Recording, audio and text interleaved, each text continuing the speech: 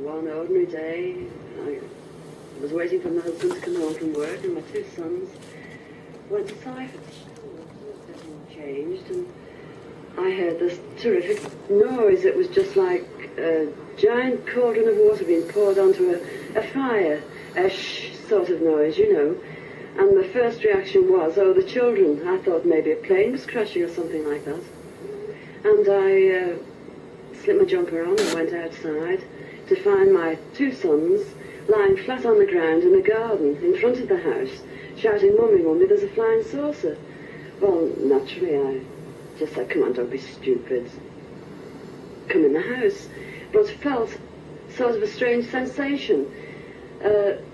Wended my way up the side of the house to where we had a pump where we used to get all our water from, and automatically looked up to see this, all I can describe, this huge Mexican hut.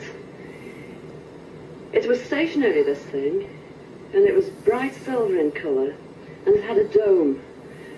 A dome. It was tilted to sort of, I could see the occupants in it. You saw people in it? I saw people in it. There were two people in there.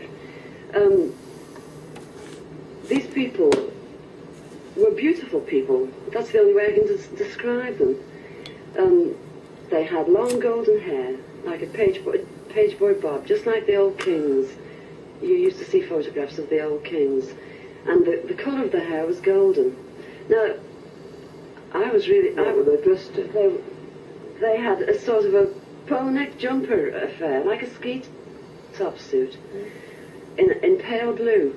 Now, these people weren't sat behind, one behind the other. They were sat together, but this, whatever it was tilted so that I could see them and they could see me. Were you looking at them through windows, through portholes? Or? No, not portholes. It was just sort of like a cockpit, I suppose, that had this perspex or glass or whatever it was. They could see me anyway, and I could see them.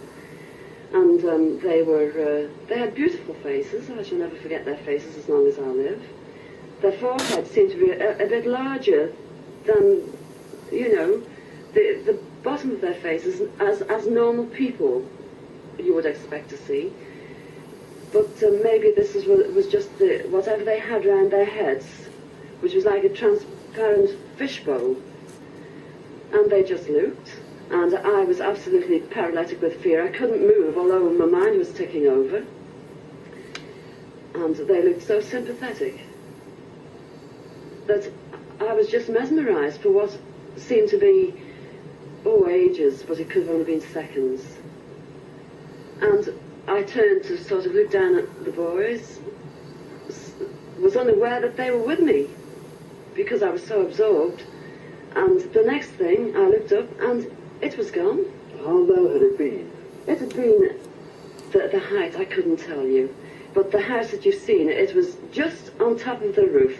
It was hovering on top of the roof. How big was it compared with the size of the house? It swallowed the whole circumference of the roof. I couldn't see, the roof was completely blotted out. The chimneys I couldn't see. All I could see was this massive object that I described as like a Mexican hut without the bubbles. And then it flew away sideways or upwards? No, I didn't see. I just looked up and it had gone. But I assume it went straight up, because for a short while after in the sky I looked around and I said to my two boys, "Well, can you see anything? Can you see anything?" And they said, "There it is, Mum," and they pointed up, and I watched it. It was just like a little cotton reel in the sky, and it circled us 3 times. It went round 3 times, and then it just shut off, and that was it. When I started to analyse myself afterwards, I feared that I might have had an hallucination, but then I knew I hadn't had, because my sons were so sure about what they'd seen and what I'd seen. And it went through my mind that it was a secret weapon from Russia, and then I thought, well, it can't be that, because if they had something like that, they wouldn't need to fear anybody or anything. Were you scared by it? Did you run indoors? Oh, I was petrified. I couldn't move. I couldn't move a muscle. I was paralysed with fear. But now I wouldn't be. Because because now, when I look back, you know, I think, what an amazing thing to have happened, and for me to have seen it. And when your husband came home, where were you? Well, when my husband came home from the office, I was locked in the house with my children, under a big kitchen table that we were using. Under the table? Under the table, yes.